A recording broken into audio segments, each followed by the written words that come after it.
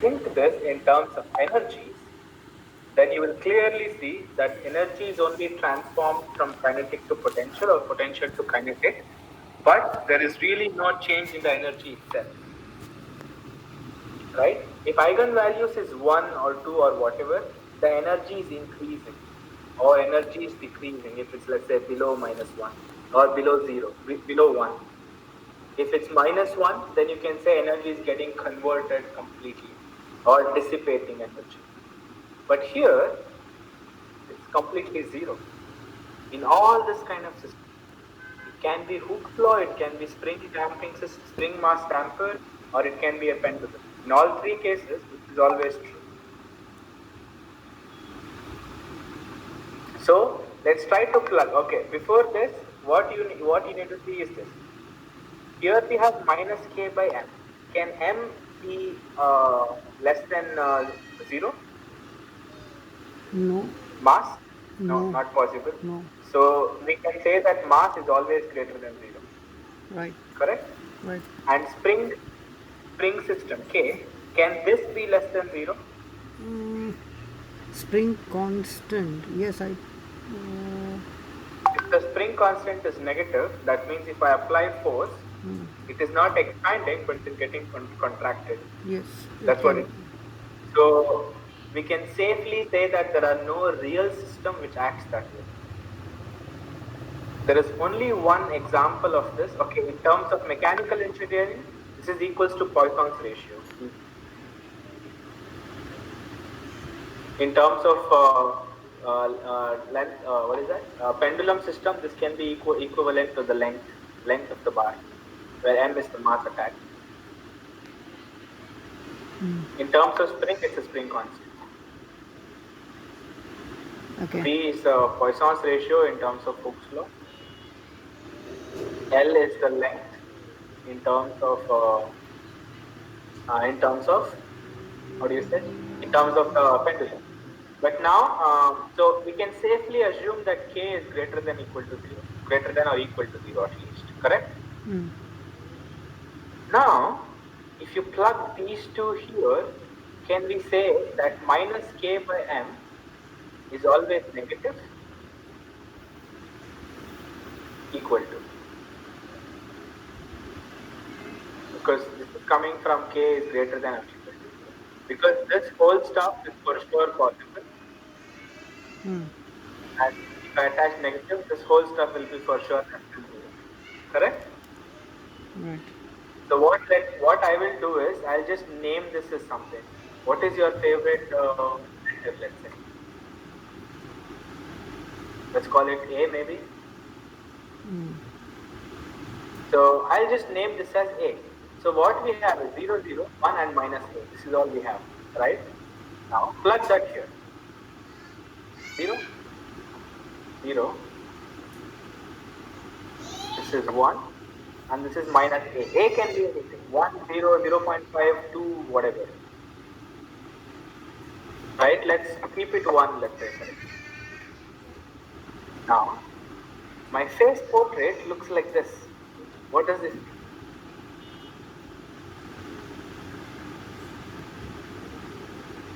If you change the 1 to, okay, all these three are constant.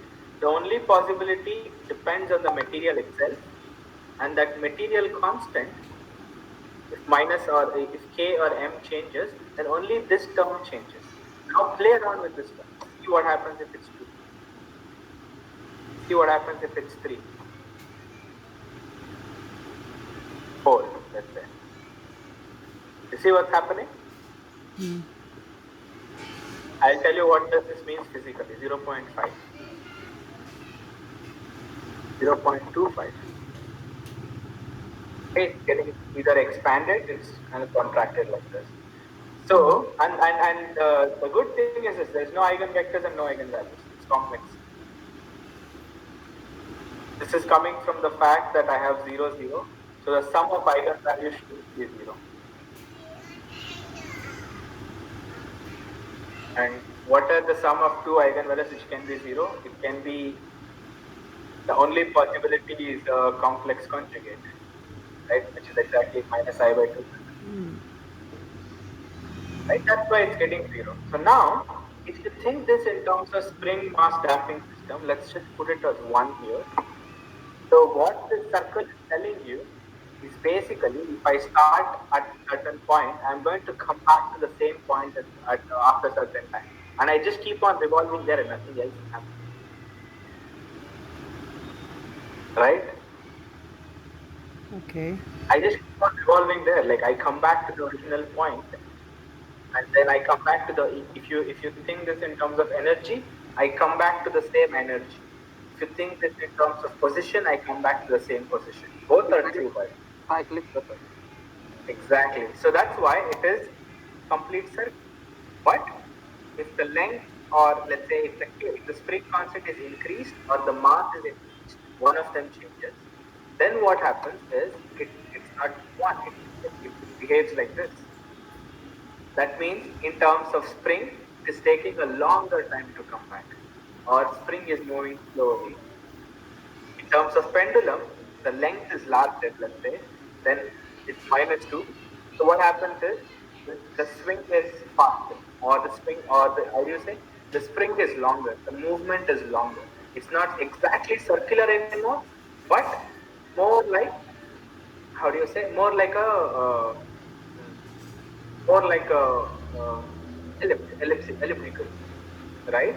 But now, if you remember the first or second class, when we were talking about Taylor series, we saw how you can trace a sine and cosine waves for any implicit function. You will remember? So now there we saw that if I have any ellipse or any circle, I can get a sine and cosine solution to this. That means it's a linear combination of sine and cosine. Will definitely then trace back exactly this curve. Okay, simple example is just take 1. So if the answer is very trivial, it's just sine of omega into t, where omega is this constant here. So in your case, sine of t. That's a solution. If you trace sine of t, this is how it's going to behave, right? In terms of time. Okay. And this is sine of 2t. Sine of 3t, you can go on. Because all these three are constants. Right? So that means first thing we know is the value is, the eigenvalues are 0. We don't have to solve it, but we can guess the solution. Eigenvalues are 0, which means there's also eigenvectors are also 0. So which tells me that, okay, the system is not changing its energy. The energy is constant. And when I see the phase portrait of this, then what I can see is it's a circular motion. It's always going in the same path again and again and again and again, but depends on the initial condition. That's why there are 5, 6 lines here, but all of them in the same direction, if you see, same direction. These are for different initial conditions. If you take one initial condition, it's just one curve. Right? Okay. And then I also know that if I change the spring constant or K or M, whatever, then the maximum that can happen is this. And that depends on if the value is above 1 or below 1. If it's above 1, then my length is going, like the whole phase current is going to increase its size. That means the energy fall down is smoother. If it's less than 1, then the way energy distributes, or the way energy converts is faster. Right? If you think this in terms of energy. If you think the same thing in terms of, let's say, the disposition, then it's also true that whenever I am going, how do you say? Whenever I am going, velocity, whenever I am going, at certain point I am going faster, at certain point I am going slower. Like for example, here I have faster and here I have slower. And if I do this one, then here I am going faster and here I am going slower in terms of velocity. Which is basically x itself. Sorry, y. Y is the velocity. Right? That's it. And we also know solution should something look like a sine and cosine curve. So if you know all this, Why do I need to solve the problem? I kind of know what's happening here, right? This was a much better way to understand it. Yeah. We don't need to solve the problem at all. But again, if you see the solution, see, it looks like this. Exactly same as what we discussed. You don't have to solve. So if you want to write this in a very simple form, this is how it is. X of t is equals to a into cosine of omega t minus phi. So you can also convert this into, if phi is 90 degree, we can say it's a into sine of omega t, right? That's it.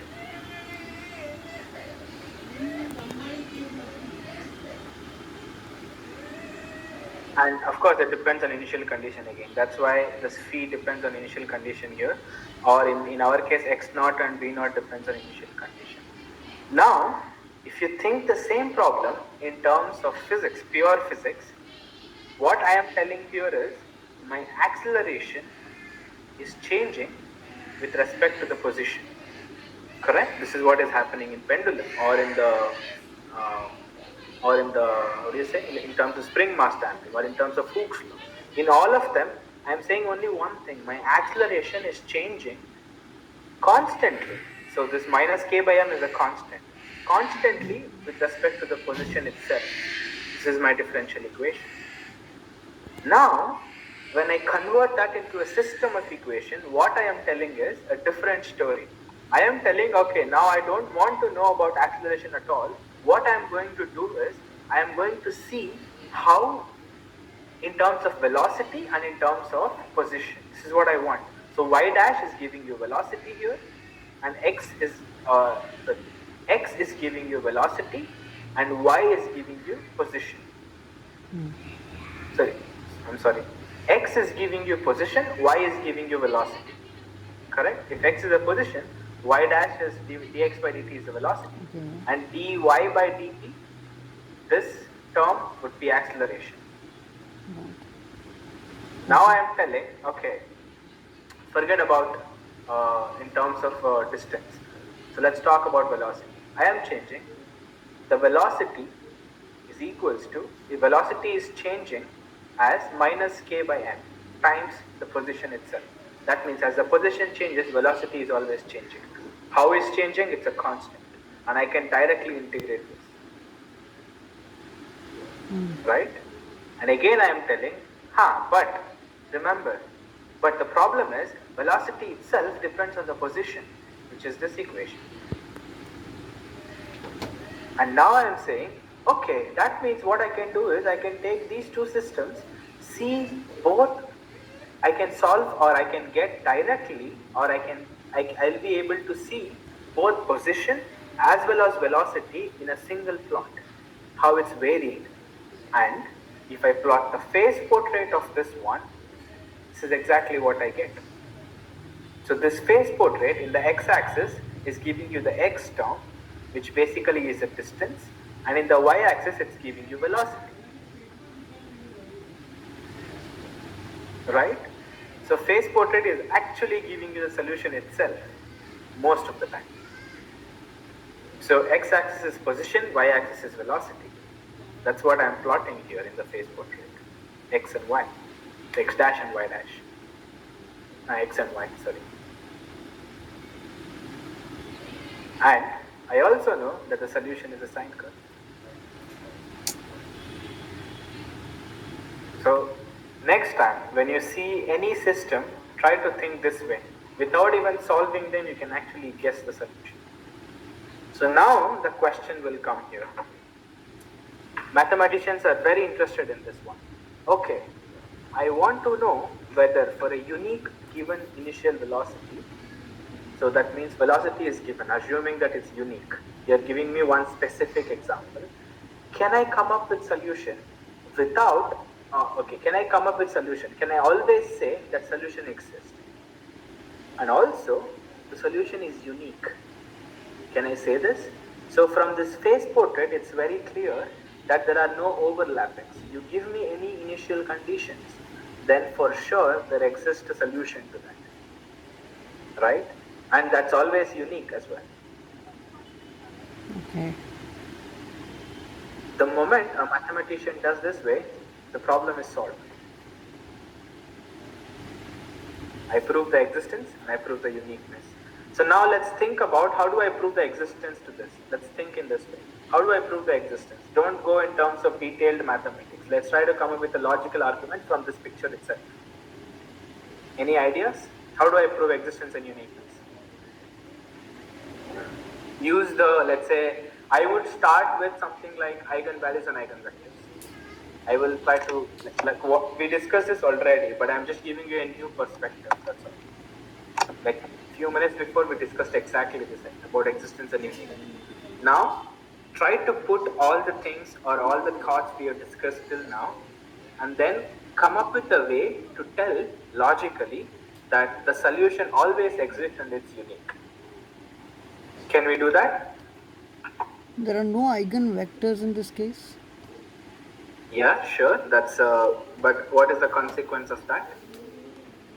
Mm, System always come back to the same point. Exactly. So that means When you the disturb the system. system is stable in that case. exactly system is stable, and the disturbance. What happens when you disturb the system? Then it will change. I mean, It come back to the original point. Yes. it won't. Right. That's it. You Yeah. prove the existence of the system, existence of solution. Okay. Right? If you perturb a system, it come back to its original point. So, which also, but this happens in throughout the system. There are no points where this doesn't happen. That means for any given initial condition, this happens. This also you have to prove. You prove the existence now. Now, for the uniqueness, what you have to do is you have to extend the same logical consequence and say this happens for all the points, for all the initial conditions. Okay. So now, one case which may be tricking for you is, let's say, in terms of pendulum, is that your pendulum is on top. Okay. Even the angle. Yeah. Angle is 360 degree. In that case, what happens? It will make a complete circle Sure, because it makes a complete circle. from But do you think is it possible to make it go outside of the like? It goes like this, and then it doesn't go back like this. It just makes a circle and circle and circle. no, it may not be able to keep going that way. Right. What is the reason? Gravity in terms of physics. Yeah, gravity, of course. Now, there's one more subtle aspect here about the conservation of energy. Energy, If you energy move that way, the energy is lost. That lost. means you are providing external energy somehow, Right. right? So that means if you're providing external energy, either you are providing that as a friction or as a extra push, or as Extra the initial acceleration. condition you're pushing. You're forcefully making the system to perturb in a faster way. Acha. Okay. There is one case which is this. Oh. 0. Oh. So the system will Now never. what happens? What is this case? System is keep going in one particular state but never comes back. Okay, see, in this case, Velocity is x is same. the position, x-axis is the position, and y-axis is the velocity. So what I'm saying is, in this case, velocity is constant throughout. Throughout. When is this possible?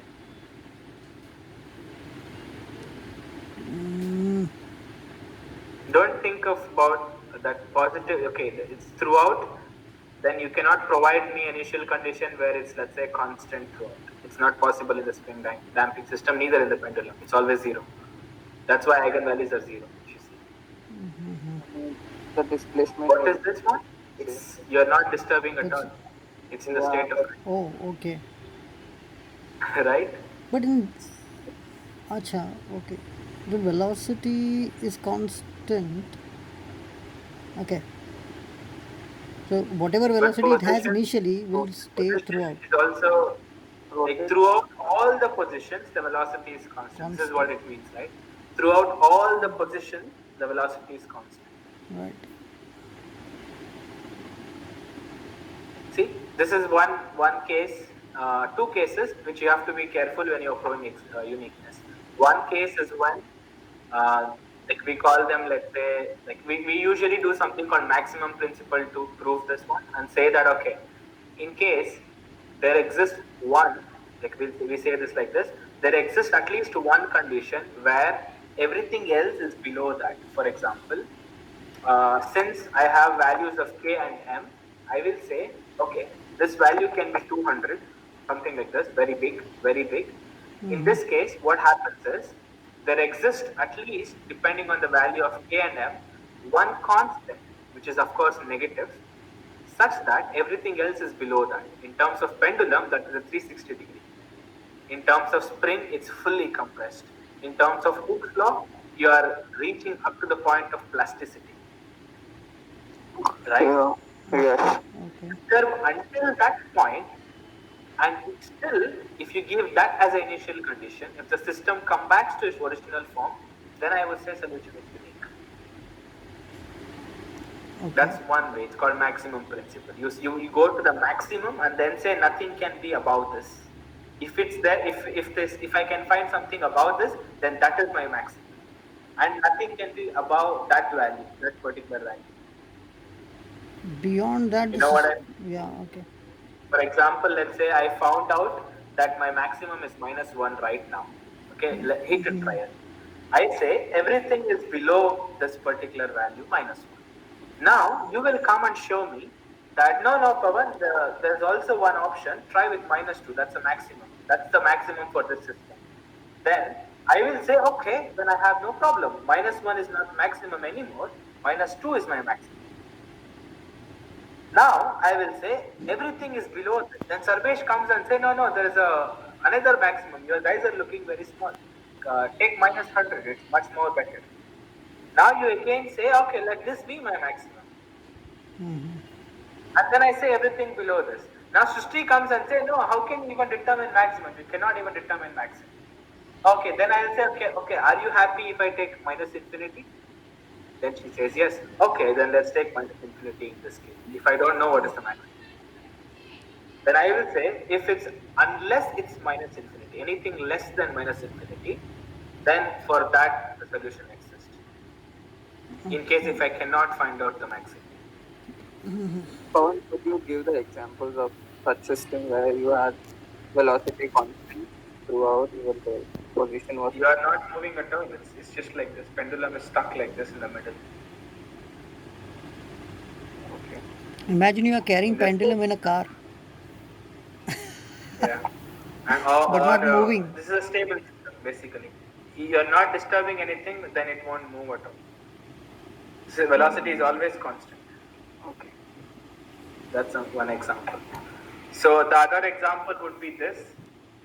And if you keep this way, then it comes back again. But it rolls back. That's the maximum system.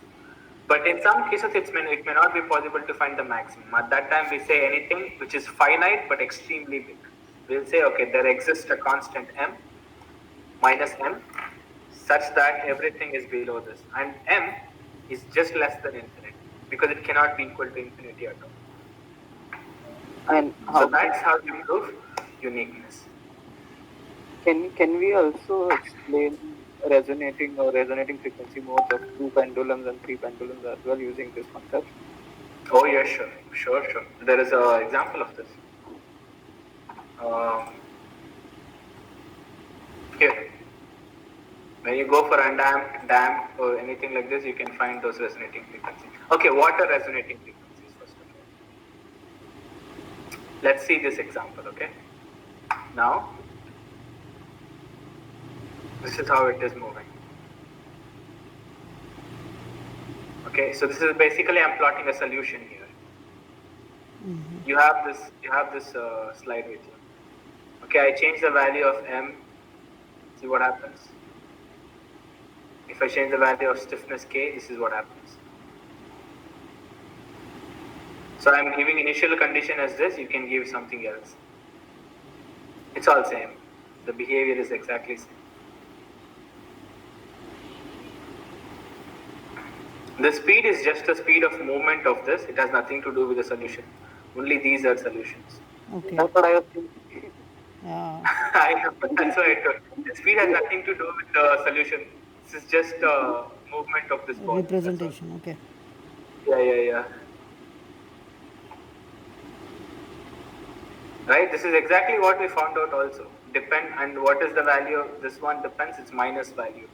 So k by m. Here in this case, it's less than one. Now, if I want to go more than one, something like this. This is more than one. Right.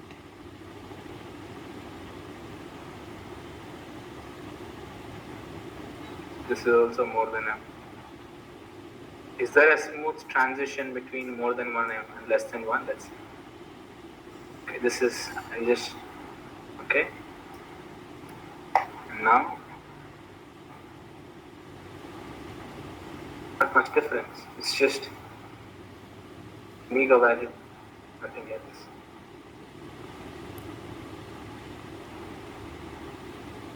Now, if you're, so the value, the idea of excitation frequency or natural frequency comes when your omega is this much, right? Okay, omega, let's talk this in terms of force.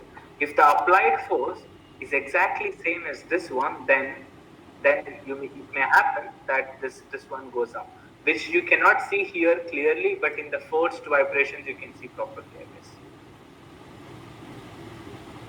Like first we'll talk about forced vibration. Let me keep this one. Okay, it's like this basically.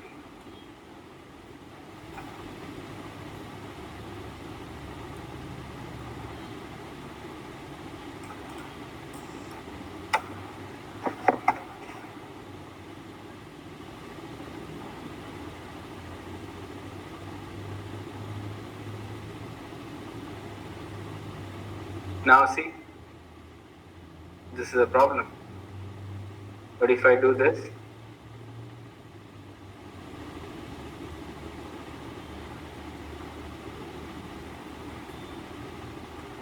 but now if I do this,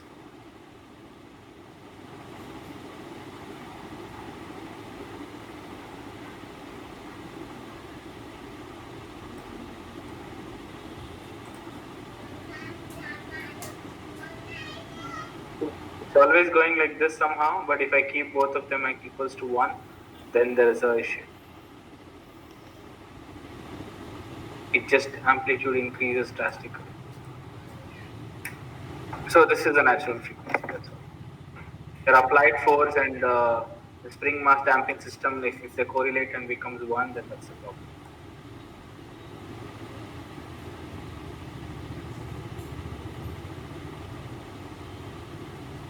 Okay, see? This value is 1. Okay, I was doing omega naught. Okay, 3 and 3. If I change this a little bit, it's going perfectly fine. But at a certain point, if I just make this exactly equal to 3, in terms of equations also, it's very clear that at this point, you have resonance.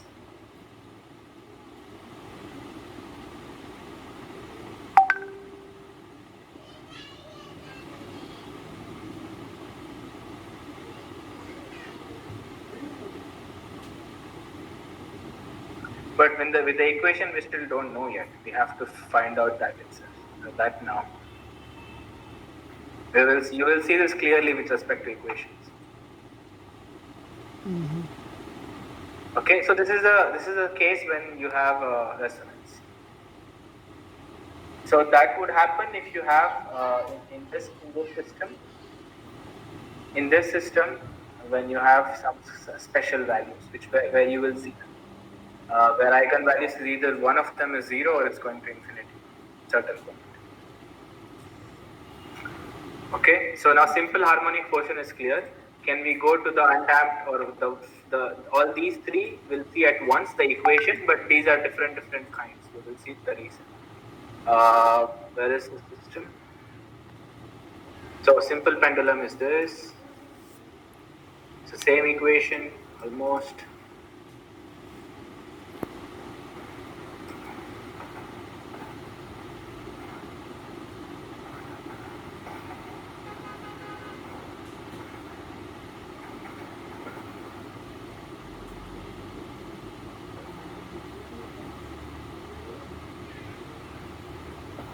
here. Yeah, here. M double dash plus K of x is equals to 0. Can you do exactly same thing like before double and convert it to a system of linear equations? No, it's the same, right? No, it's a free vibration without damping. So there will be one more term with x dash. We have to find that. Here, m x double dash plus c x dash plus kx is equals to 0. Mx double dash plus cx dash plus kx is equals to 0. This is the equation. Now, what you have to do is convert exactly like previously what we did and tell me the equations. We will do it together. I mean, you go ahead first and then we'll do it. After that, we can discuss. Where P is the damping. How much you are. So the damping can be applied by an external force, or you can even say that, or you are restricting the movement somehow. Like in terms of pendulum, you are restricting the movement. In terms of spring, you are applying the force. In terms of Hooke's law, you are attaching a body to a certain thing, which produces strains and stresses and all this stuff. I mean, of course, even without that, it produces stress. You are compressing or applying an external force which is opposite to the expansion itself. Somehow you are damping it.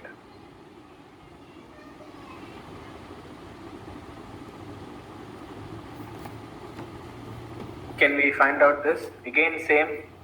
Keep y as x dash. Now replace the equation.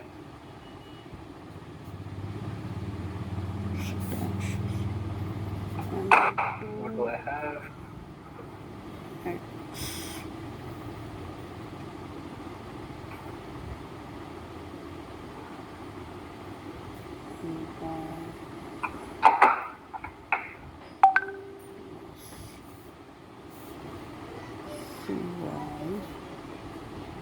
plus kx. How do I write kx?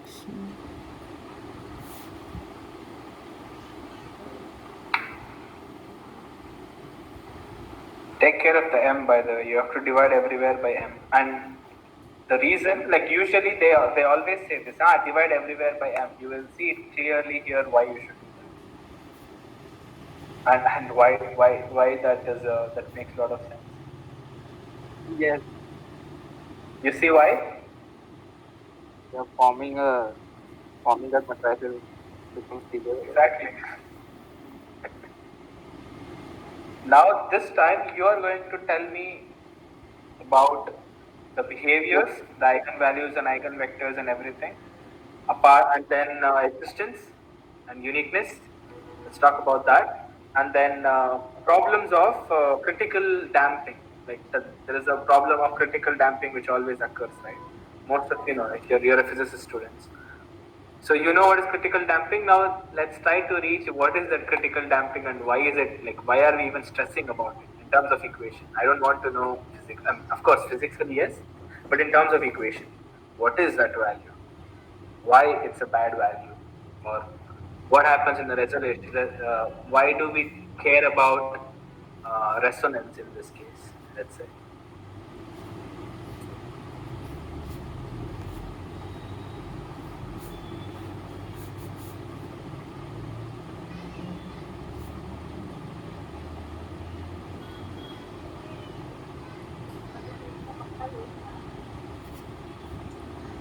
Shrishti, are you speaking? Somebody talking? No, I'm not talking.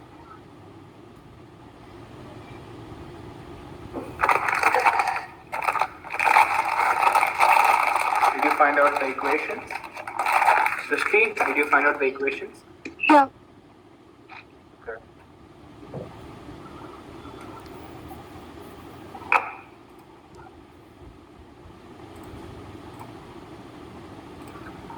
Tell me what are they. What should I put here? 0, 1, Okay. minus k by m and minus c by m. Let's keep it, let's say -2, let's say. And here? Minus c by m.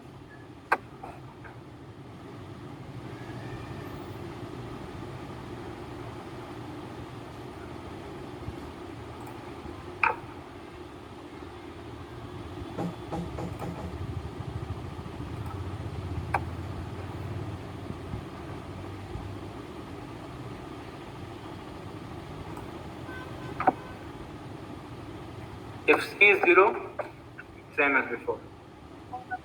Yeah. So fine for us, we could reduce it into the same problem. C is different than 0.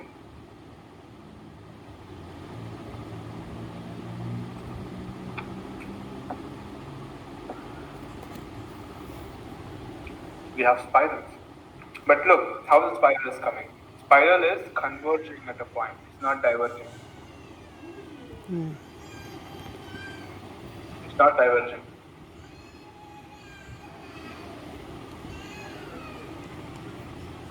That means any system will come to its stable position at a certain point. Any system. Even though you are rotating there in the center, but you will at certain point definitely come to a stable system. Unless this is going to go 0. But it's like, for example, 0.05, you're converging extremely slow. Let's say this, you can see more clearly. You're going very, very slow, but you're still converging there. 0.1, going slow, but you're converging for sure.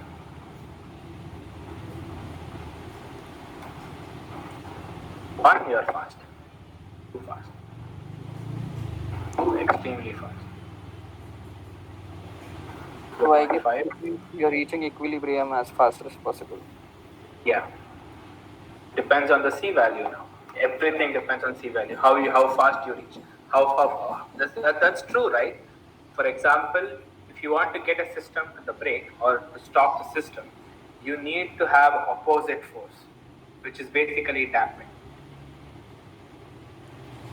Now, if this is true, then there should exist a point like this. How do you find the threshold, like the critical damping stuff? Because it's the threshold. That one we need to check. I don't know exactly how to find. I mean, by this approach.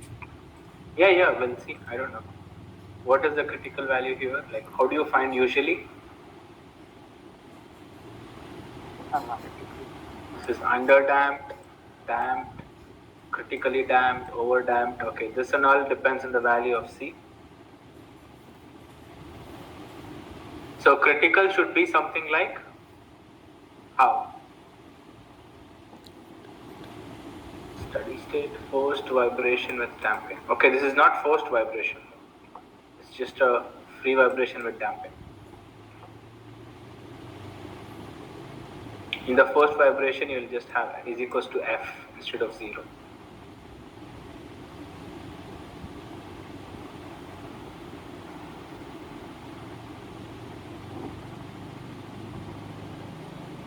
The graph went up above critical damping. Yeah, the left one, I guess. Critical damping. Here, no. No. It's like mirror of exponential graph. Here. Critically damped. Yeah. Okay. Critical damping is. I see what you're telling. What is the value? Can we see somehow? Dy by dt, y. Okay. 6.5. This is for K. Okay, we can see.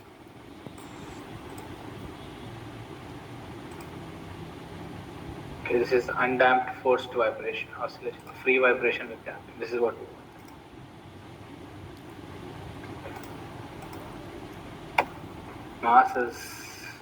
Mass is 1 kg.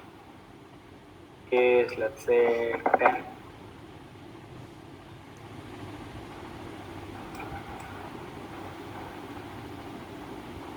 So this is critical damping, right? This is still under damped, right? Between underdamp and overdamp lies the critical damping. Yeah. So it's the conversion point from underdamp to overdamp. So somewhere in between this. Yes. So in terms of that would be that then there exists a value of C such that, okay, let's try to do this way. So minus K, since M is 1, we'll see what happens in the other one. if we keep in terms of phase portraits.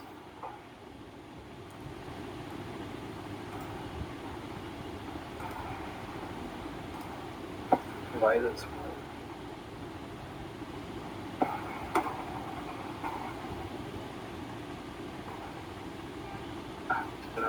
Small. Let's say minus 6.5, something like this. And then this is minus 10.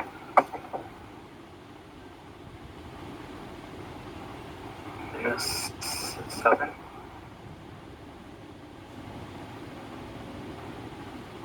Okay. Minus 6.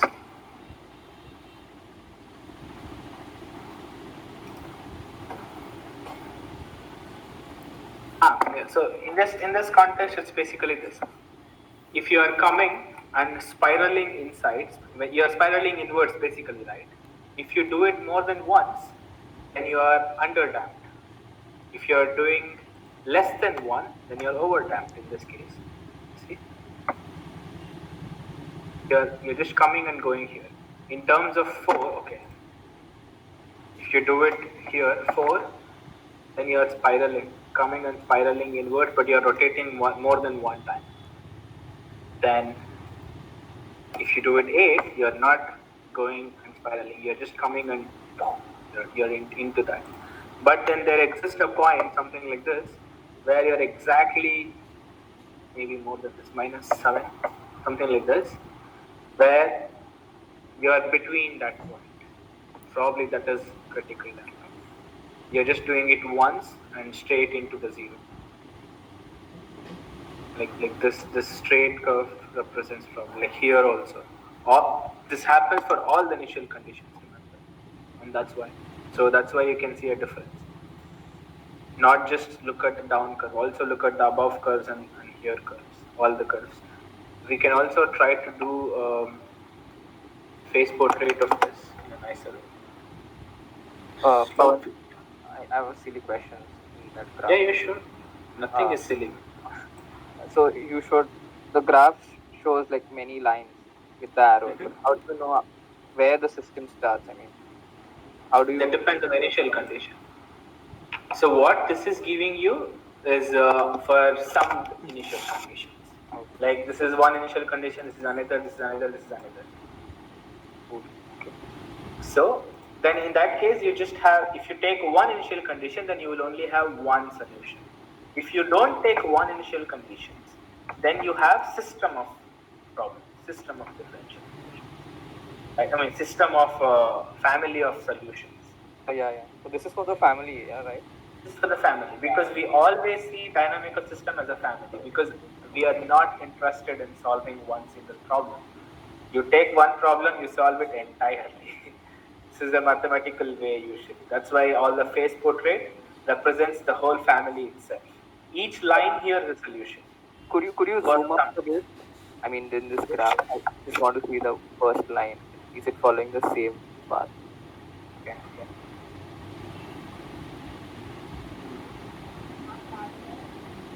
Like, no, I cannot zoom this one. Okay. Zoom out. Cool, no problem. Yeah.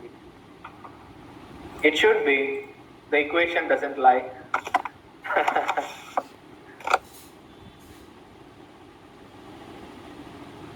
Right, and of course, this is also in terms of implicit function, the solution should be sines and cosines again. Yeah. And here you have eigenvalues and eigenvectors too. We see that in terms of eigenvalue and eigenvector. Maybe let's see if there's angle somehow becomes same at certain point. 7, no, -4, no eigenvalue. Okay, I see it now.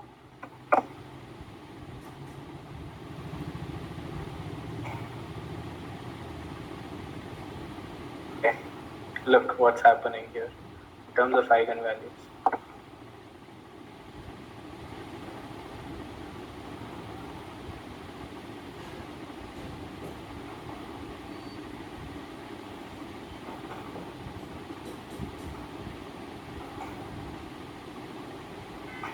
You see what's happening? Hmm. When you are underdamped, there are eigenvalues of 0. When you are overdamped, its eigenvalues coincide. So that the particular value at which the eigenvalues coincide is basically critical damping. Okay. See, now if I just make it 6.3, there is no eigenvalues at all. There's no real eigenvalues. 6.35, there is an eigenvalue. So somewhere between that, they should somewhere coincide. Let's say 3.2, let's try. T3. Yeah, almost close. So, and if I keep on increasing, if I overdamp, then the eigenvalues are increasing. And now we know the reason why. One of the eigenvalues is 0 here. Or I can tell the same thing in different terms, that the sum of eigenvalues should be this minus 6.3. Okay. Correct? Yeah. If these both eigenvalues are same, okay, if these both eigenvalues are same, this should give me this particular value. The addition of these two eigenvalues should give me this particular value. Correct? That means expansion or contraction in terms of transformation cannot be more than sum of eigenvalues, because eigenvalues are giving me the transformation itself. Yes. Right? So that means the sum of these two eigenvalues should be this equal to the sum of this and this total transformation. But now, if you see the eigenvector, one of them is this and another one is this, something like this. But at certain point they coincide. The point at which they coincide is a critical damping. That means probably the eigenvalues at that particular point should be same.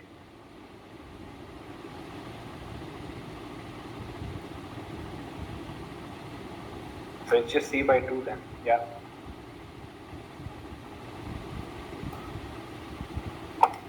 So if we take, yeah, something like that. In the characteristics equation, they should be equal to 0 then. Right? Yeah, exactly.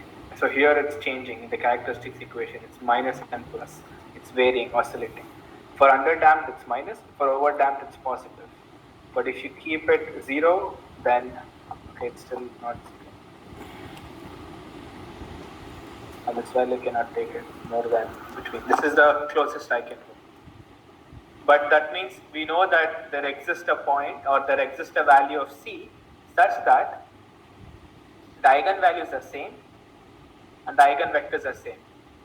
Or you can also say there exists a point, there exists a value of C such that there is a transition between underdamped to overdamped in terms of physics. In terms of characteristics equation or finding the value itself, for finding the value of critical density, you can say there exists a value of C where this tau square by minus 4 delta value is 0. That's also true. But remember, all of them are converging, nothing is diverging here. So that's why this is the difference between free vibration and forced vibration. Since we are talking about free vibration, we only have underdamped and overdamped. In the forced vibration, I can also have divergence. And the moment at which it starts divergence is the resonance frequencies. Here I cannot have a resonant frequency. Because everything is converging somehow. Right? See, all the arrows are inwards. You see what's happening? Nice, right? Right.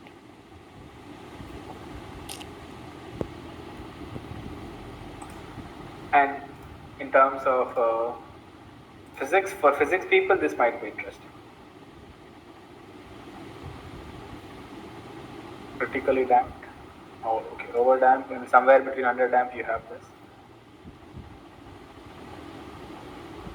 And solutions are again sines and cosines. That doesn't matter to us. Now, can we talk about existence? Yes. Okay, now there are two cases here, underdamped and overdamped.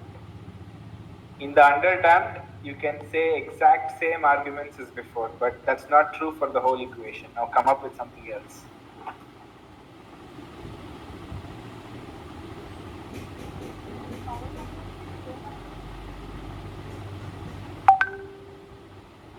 If C is 0, it's trivial, same as before.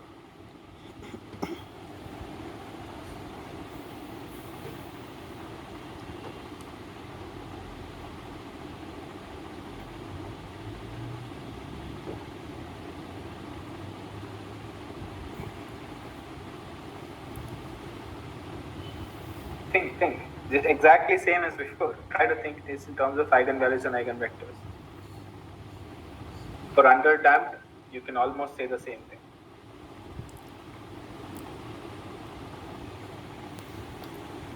So underdamped will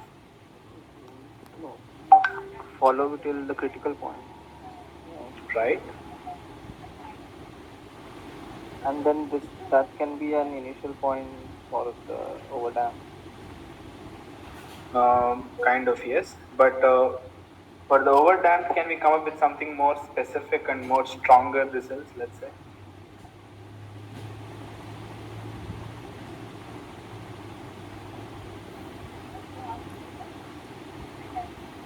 Okay.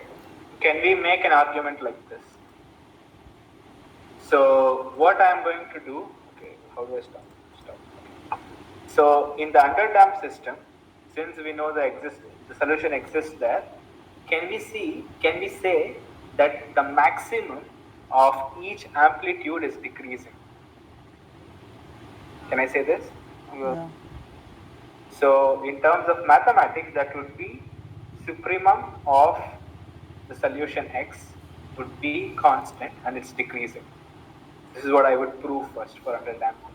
And we know that the solution exists here. Why do you say constant? Sorry, it's decreasing.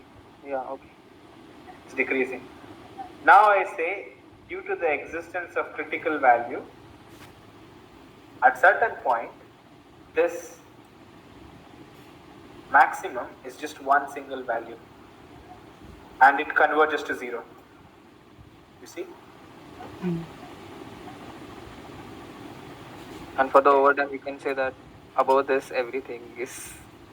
Exactly. So here also it's converging to 0, right? Here also at certain point it's converging to 0. But now I am going to say, due to the existence of critical value, I don't have to wait for longer time. I get it much before it. I get it much before. Due to the overdamped. The convergence of maximum. That means it has achieved a stability point. So solution exists. Right? That's a good argument actually. And how about the uniqueness?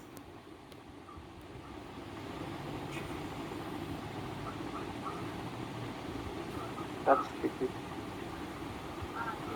Yeah, exactly. That's a tricky one.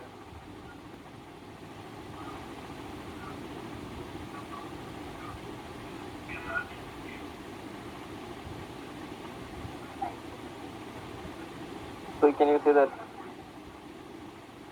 you can use critical point as your boundary point here as well? Critical point? I mean critical.